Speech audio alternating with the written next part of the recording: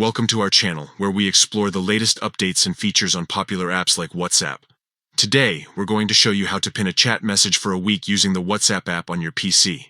This feature is super handy for keeping important messages at the top of your conversations, so you never miss them. First things first, make sure you have the latest version of WhatsApp installed on your computer.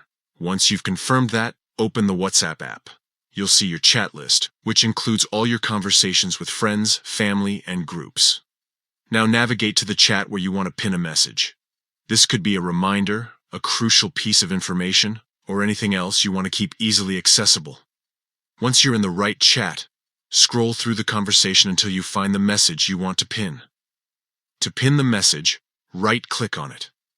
This will open a menu with several options. From this menu, select Pin Message. WhatsApp will then ask you to choose how long you want the message to stay pinned.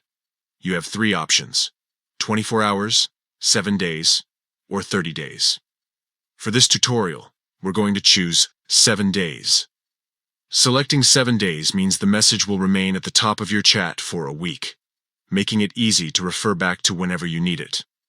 After you've selected the duration, confirm the action.